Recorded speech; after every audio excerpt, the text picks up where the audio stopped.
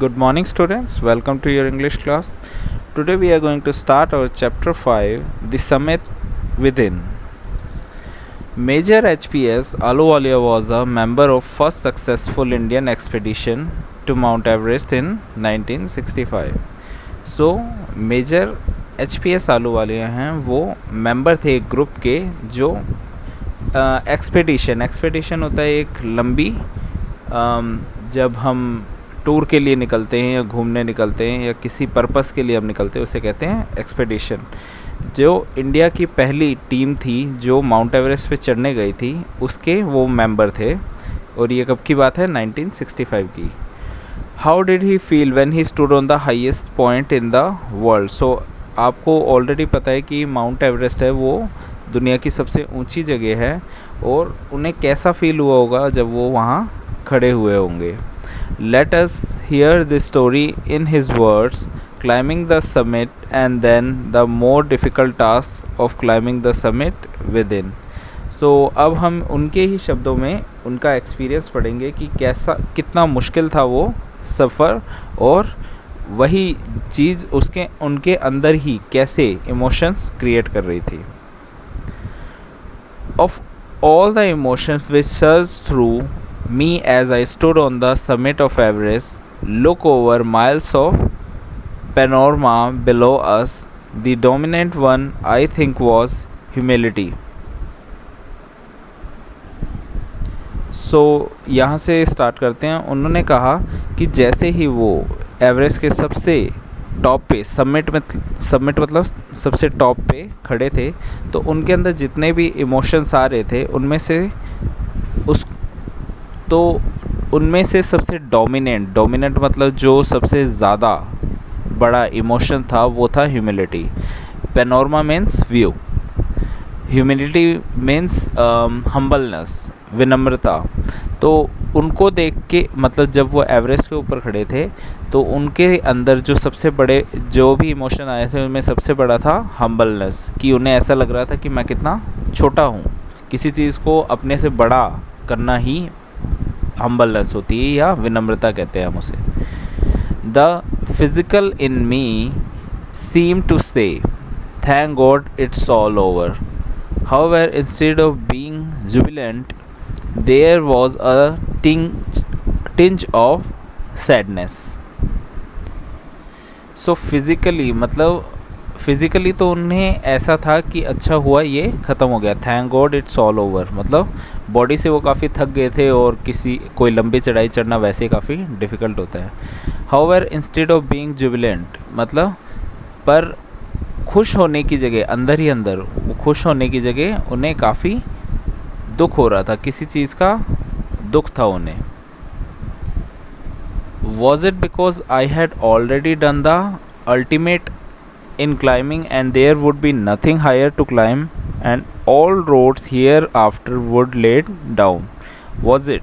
So मतलब वो अपने आप ही से क्वेश्चन कर रहा है कि क्या ये इस वजह से है कि मैंने अल्टीमेट मतलब जो लास्ट है जो बेस्ट है वो क्लाइंब कर लिया है, मतलब इस सबसे हाईएस्ट पीक तो माउंट एवरेस्ट हो गई और इससे ऊपर तो कुछ है नहीं। सो उसे क्लाइंब कर लिया है और इसके बाद इससे ज़्यादा कोई ऊंची चढ़ाई मैं नहीं चढ़ पाऊँगा और अब जो जितने भी रास्ते होंगे वो नीचे की तरफ ही जाएंगे, मतलब वो डाउन ही उन्हें लीड करेंगे। By climbing the summit of Everest, you have overwhelmed by the deep sense of joy and thankfulness. It is a joy which lasts a lifetime. Mount Everest की चोटी पे चढ़ने के बाद आपके अंदर जो इमोशंस होते हैं वो क्या होते हैं, जॉय एंड थैंकफुलनेस। जॉय मतलब खुशी एंड थैंकफुलनेस मतलब अंदर से आपको थैंक्स की फीलिंग आती है कि अच्छा हुआ कि मैं चढ़ गया। It is a joy which last a life time, ये ऐसी खुशी है जो लाइफ टाइम आपके साथ रहती है। The experience changes you completely, ये एक्सपीरियंस आपको हमेशा के लिए बदल देता है। The man who has been to the mounts is never the same again, जो आदमी पहाड़ पर चढ़ता है वो पहले जैसा नहीं रहता, मतलब उसमें काफ़ी बदलाव आ जाते हैं। As I look back at the life after climbing Everest, I cannot help remarking about other summit the summit of mind no less formidable and easier to climb. So वो कहते हैं जब वो अपने एवरेस्ट की चढ़ाई के बारे में सोचते हैं, एवरेस्ट की चढ़ाई से पहले के बारे में सोचते हैं, तो कहते हैं कि उससे भी मुश्किल है the summit of the mind, मतलब अपने मन की, अपने दिमाग की ऊंचाइयों को छूना। नो लेस फॉर्मिडेबल मतलब ये कम डरावना नहीं होता, and no easier to climb, और इस पे चढ़ना भी आसान नहीं होता। मतलब अपने मन की जो अपनी सोच है उसकी पीक पे पहुंचना, कि मतलब बेस्ट ही सोचना है, उस पे भी जाना कोई कम आसान या कम डरावना नहीं होता।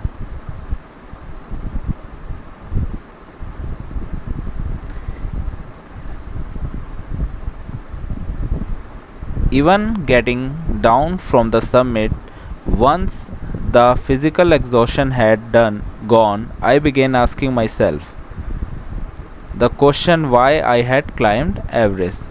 जब वो समिट मतलब ऊंचाई से, चोटी से चढ़ के वापस नीचे उतर गए और उनका जो फिज़िकल एग्जॉशन मतलब थकान, जो उनकी फ़िज़िकल थकान थी, जो उनकी बॉडी की थकान थी वो चली गई, वो अपने आप से पूछने लगे कि मैं आखिर एवरेस्ट क्यों चढ़ा।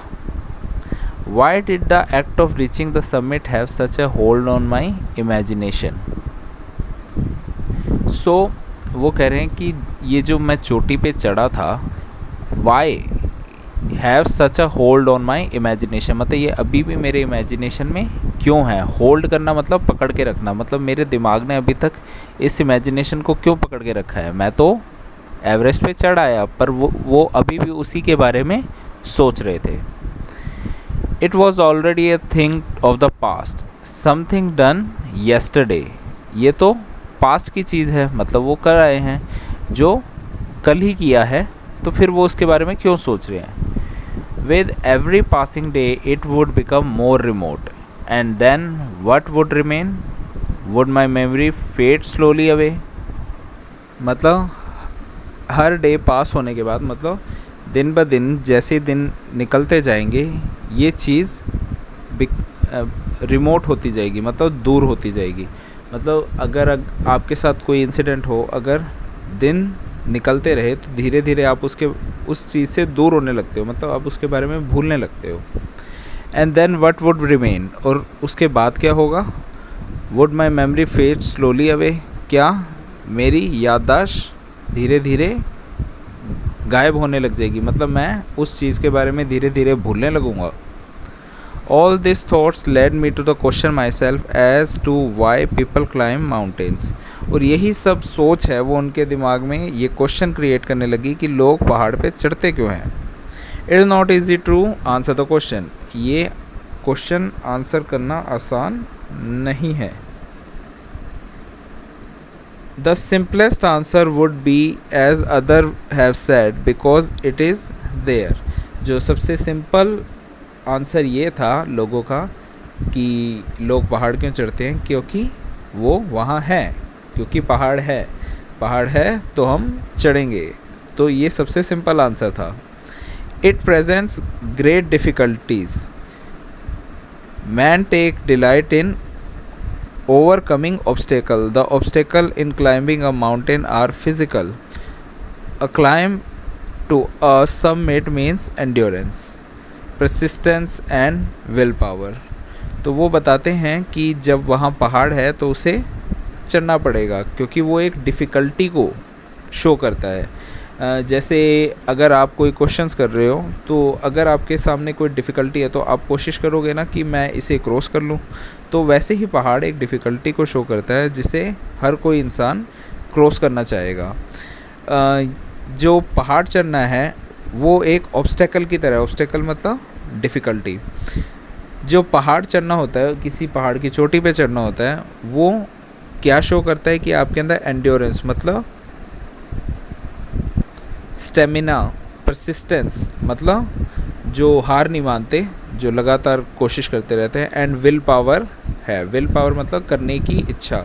ये सब होनी ज़रूरी है अगर आपको पहाड़ पे चढ़ना है, क्योंकि काफ़ी लंबा रास्ता होता है और काफ़ी डिफ़िकल्ट होता है। The demonstration of this physical quality is no doubt accelerating. और इन जो पावर है, आपकी फ़िज़िकल पावर है कि जो आपका स्टेमिना है, आपको परसिस्टेंस है और जो विल पावर है, इसको शो करना, इसको यूज़ करना काफ़ी एक्साइटिंग होता है। जैसे ही हम अब आप सोचोगे कि कोई एडवेंचर स्पोर्ट हो, अगर आप पहाड़ चढ़ रहे हो तो आप क्या एक्साइटेड नहीं होगे, वैसे ही ये काफ़ी एक्साइटेड होता है। As it was for me also, और ये उनके लिए भी ऐसा ही था। I have a more personal answer to the question. और लोग पहाड़ क्यों चढ़ते हैं, इसके लिए इनका मेजर का एक खुद का ही जवाब था। ये तो लोगों के जवाब थे कि पहाड़ वहाँ है इसलिए चढ़ना पड़ता है और वो एक डिफ़िकल्टी को फेस करता है, पर जो मेजर है उनका भी एक इसके लिए जवाब था। From my childhood I have been attracted by mountains. बचपन से ही वो माउंटेन से अट्रैक्ट होते थे, उन्हें माउंटेन्स बहुत पसंद थे। I had been miserable lost when away from mountains in the plains. उन्हें काफ़ी बुरा लगता था और काफ़ी खोए खोए से रहते थे। लॉस्ट मतलब खोए हुए रहते थे जब वो किसी माउंटेन से दूर रहते थे। जब वो माउंटेन से दूर रहते थे प्लेन में, मतलब ऐसी जगह जहाँ पे माउंटेन नहीं है, एकदम प्लेन, वहाँ पे रहते थे तो वो काफ़ी खोए खोए रहते थे। Mountains are nature at its best. Mountain उनको लगता था नेचर का सबसे बेस्ट पार्ट है। Their beauty and majesty pose a great challenge and like many I believe that mountains are a mean of communication with God.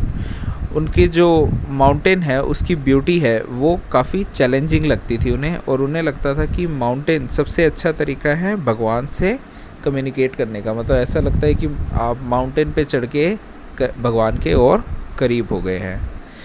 So we will stop our chapter here and continue in the next video. I hope you have understand this much. So thank you and have a nice day.